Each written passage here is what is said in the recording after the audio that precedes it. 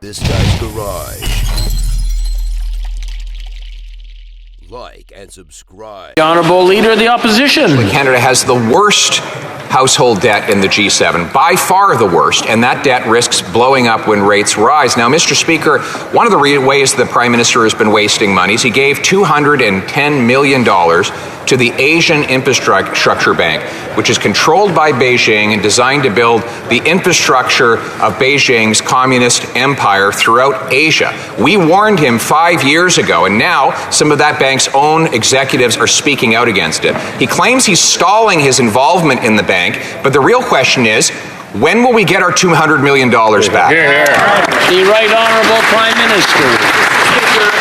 Canada has long been involved in investing in infrastructure around the world because we know that it creates growth and opportunity in the global south. It continues to contribute to fighting climate change as people are building more resilient infrastructure and indeed in energy infrastructure. And we are part of multilateral development banks all around the world. But as the Leader of the Opposition pointed out, we are reviewing our participation in the Asian Infrastructure Bank, and we'll make the decision that's right for Canadians. Honourable Leader of the Opposition. So he's defending the $200 million he gave to a bank one of whose executives said, and I quote, "I didn't find a single tangible benefit to communicate back home here to Canada of what this bank does that is consistent with our values in a way that would benefit Canadians." That the Prime Minister, while Canadians are starving and can't heat their homes, he's forcing them to give $200 million to this bank, controlled by Beijing, to expand a communist empire in Asia. Mr. Speaker, when will Canadians get their $200 million back from this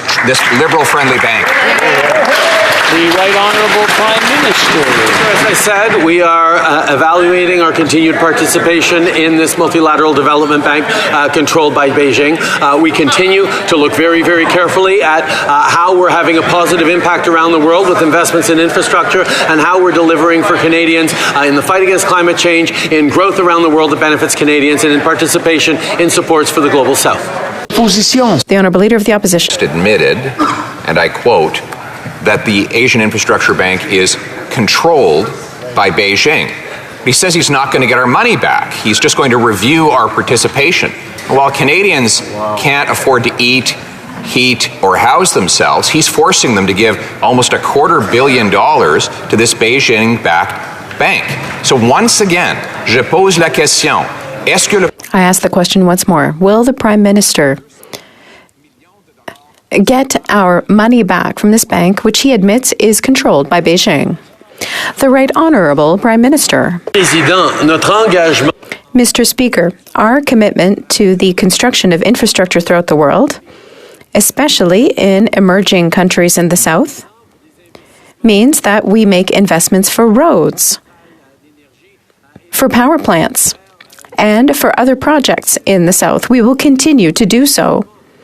We are reassessing our participation in the Asian Investment Bank, and we're going to share our conclusions with Canadians when we conclude our assessment.